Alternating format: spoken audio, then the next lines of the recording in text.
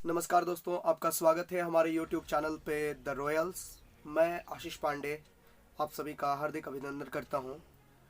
दोस्तों, 26 जनवरी को जो हमारे देश ने देखा, जो हमारे देश में हुआ, वो बहुत ही दयनीय स्थिति थी हमारे देश के लिए।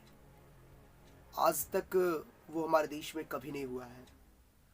मैं ये नहीं कहता कि वो किसान थे या नहीं थे, या वो थे या कोई और थे, लेकिन जो भी थे हमारे देश के लिए एक बहुत बड़ा गर्व जिस पे हम करते हैं अपने किसानों पे, जिन्हें हम कहते हैं कि ये अन्नदाता हैं हमारे।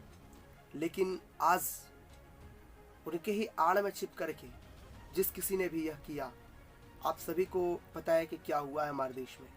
लेकिन ये बहुत बड़ी गलत हुई हमारे देश के साथ।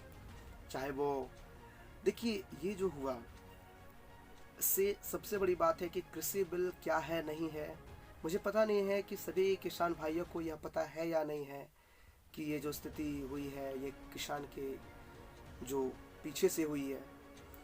और मैं ये कहता नहीं हूँ कि किसानों ने नहीं किया या किसानों ने किया है, ये आगे की जांच के बाद पता चल सकेगी।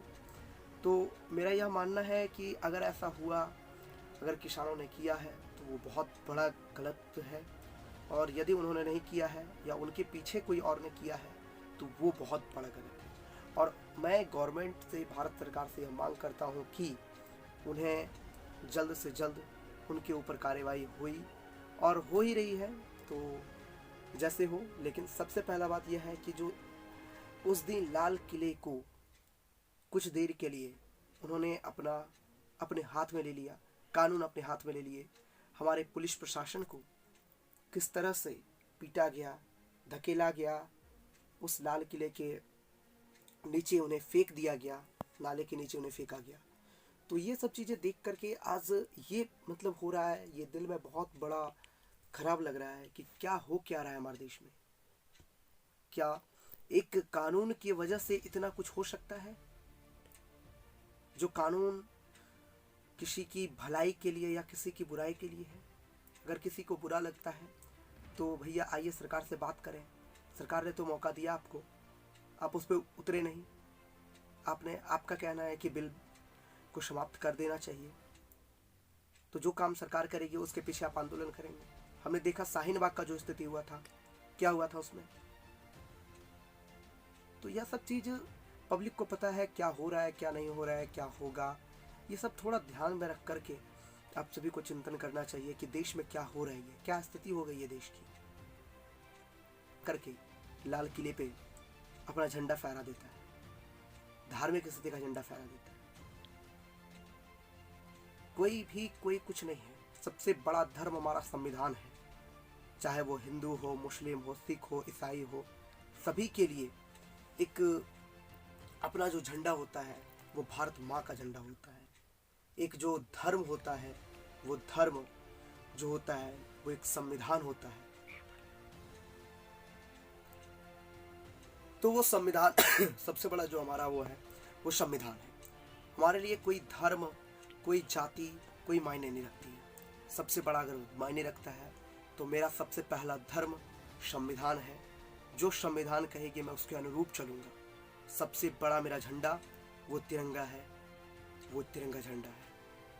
और मुझे गर्व है उन शहादत वीरों पर जो गर्व होते हैं अपने भारत माता के लिए अपना सीना चौड़ा करके शहीद होते हैं। उनके ऊपर में वो तिरंगा झंडा आज ये लिपट के आता है।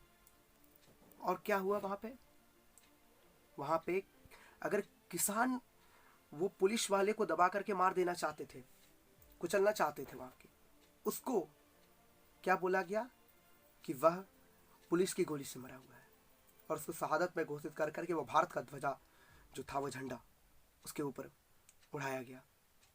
तो उस टाइम आपका झंडा कहाँ गया था? मैं पूछता हूँ किसानों से जो झंडे को फहरा रहे थे तिरंगे झंडे के सामने जा करके, क्या बताइए आपका वो झंडा कहाँ था उस टाइम? उस टाइम आप झंडा नहीं फहरा सकते थे अपना, उसको नहीं उसके ऊपर लगा सकते थे? आपको लगाना चाहिए था। अब बताइए क्यों नहीं किया आपने? आज ये स्थिति जो हमारे देश की है ये बहुत दुखद है। और हाँ, एक चीज़ मैं आप लोगों को क्लियर कर दूं कि बोला गया कि लाल किले के तिरंगे झंडे को निकाल करके फेंक करके उसे ये किया गया, गिरा करके अपना झंडा फहराया गया। तो दोस्तों ये बात नहीं थी। वो लाल किले पर जो झंडा था, जो हमारा तिरंगा था, वो तिरंगा था ही वहाँ पे, उसको कोई आँच नहीं आई है उसमें। हाँ, उसके जस्ट बगल में जो माननीय प्रधानमंत्री जी 15 अगस्त को ध्वजारोहण करते हैं, उस जगह पे जो झंडा रहता था, उस झंडे के ऊपर, वही झंडे का जगह पे, उसी झंडे की जगह पे वहाँ पर वो झंडा फहराया, वो तिरंगा लहराया गया था।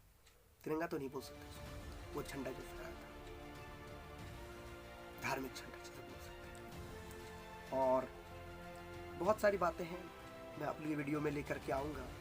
तो बहुत दुख होता है इस चीज़ से कि हमारे देश में ये होता है और ये हो रहा है। और आज भी एक आईईडी ब्लास्ट हुई है दिल्ली में, जो कि इजराइल दूतावास के सामने, और कुछ ही देर बाद पहले वहाँ राष्ट्रपति जी गुजरे थे और आदि थे लोग। तो किसी को नुकसान कुछ नहीं हुई है, बहुत अच्छी बात है। लेकिन ऐसा बहुत बड़ा गलत हुआ है कि ये हमारे देश में हुआ है आजकल। 26 तारीख को ये हुई, 28 तारीख को ये हुई। तो आप सभी अपना ख्याल रखें और इस वीडियो को जितना शेयर कर सकते हैं शेयर करें, सब्सक्राइब करें हमारे चैनल को, ताकि मुझे और ज़्यादा यकीन हो और ज़्यादा मैं वीडियो आप लोगों के साथ लेकर के आऊँ। आपका बहुत बहुत धन्यवाद। लाइक करें, शेयर करें, कमेंट करें। जय हिंद, भारत माता की जय।